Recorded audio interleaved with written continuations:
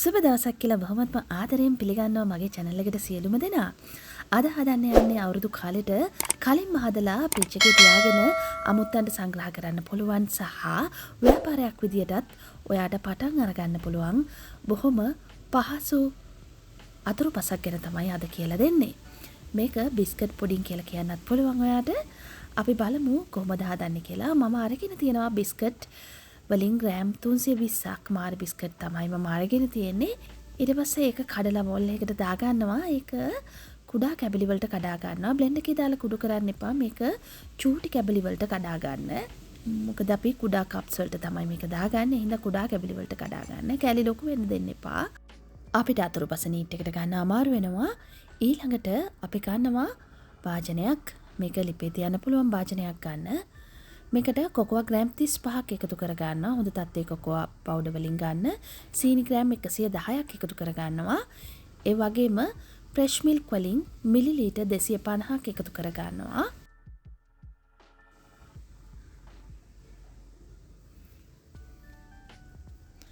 ඊට පස්සේ අපි මේ මිශ්‍රණය හොඳට දිය වෙන තුරු කවලම් කර ගන්නවා. විනාඩි 2-3ක් වාර කවලම් කර ගන්න වෙනවා. ඊට පස්සේ අපි මේක බොහොමත්ම අඩු ගින්දරක ලිපේ තියා ගන්නවා. ලිපේ තියාගෙන එක දිගට නවත්තන්න නැතුව මික්ස් කරන්න ඕන.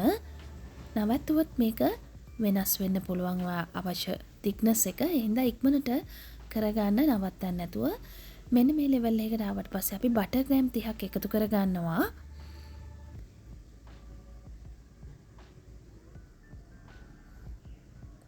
බාන්න පොඩි වෙලාවකට කලින් තමයි බටර් එකතු කරන්නේ.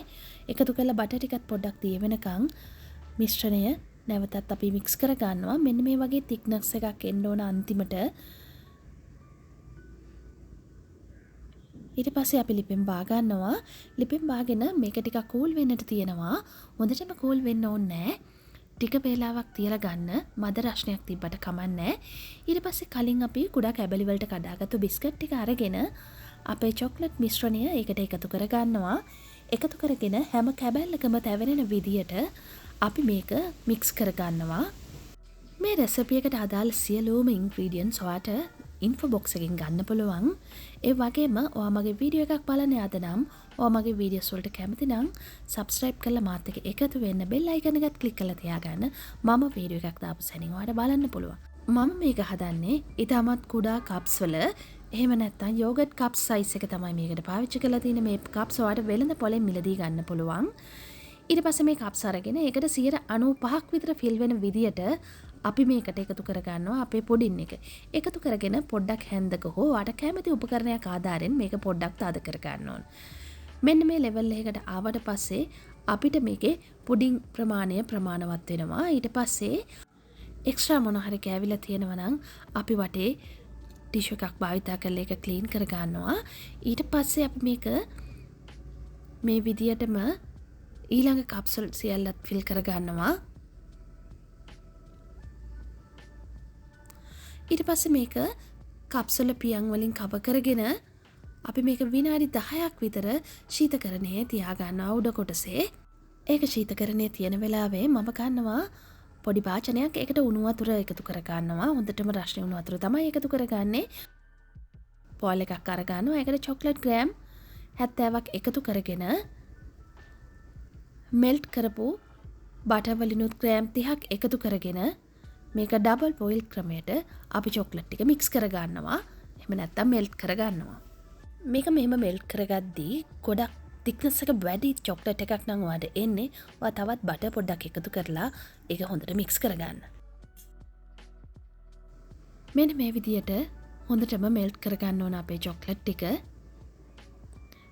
නැත්නම් අපිට මේක ද්‍රාවණයක් විදියට අපේ අතුරුපසට දාගන්න අමාරු වෙනවා. ඊට පස්සේ ශීතකරණයේ තියපු අතුරුපස අපි අරගන්නවා.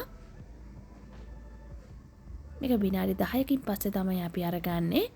ඊට පස්සේ අපි ඔක්කොම කප්ස් ටික අරගෙන මේක උඩින් චොක්ලට් ස්ප්‍රෙඩ් එකක් දාගන්න තමයි අපි හදන්නේ.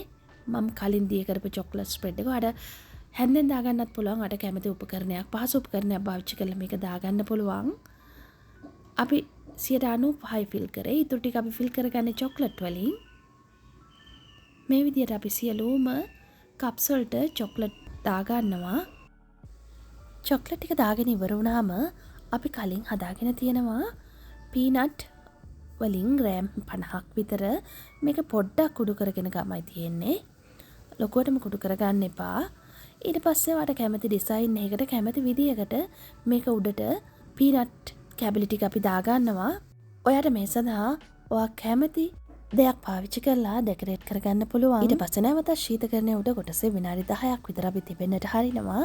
මේ තියෙන්නේ විනාඩි 10කට පස්සේ අපි රෙඩි කරගත්තු අපේ බිස්කට් පුඩින් එක. ඔයාට මේක කව කරලා සීල් පැක් එකක් ගහලා ඔයාට කුඩා ව්‍යාපාරයක් විදිහට කරගෙන යන්නත් පුළුවන්. නැත්නම් මේ ළඟ එන අලුත් අවුරුද්දට අපිට කලින්ම හදලා තියාගෙන අමුත්තන්න සහ වාඩ දෙන්නටම රස විඳින්නට පුළුවන්. ඊටමත් පහසුවෙන් හදා ගන්න පුළුවන්. අඩු අමුද්‍රව්‍ය ප්‍රමාණයක් යන අතුරුපසක්.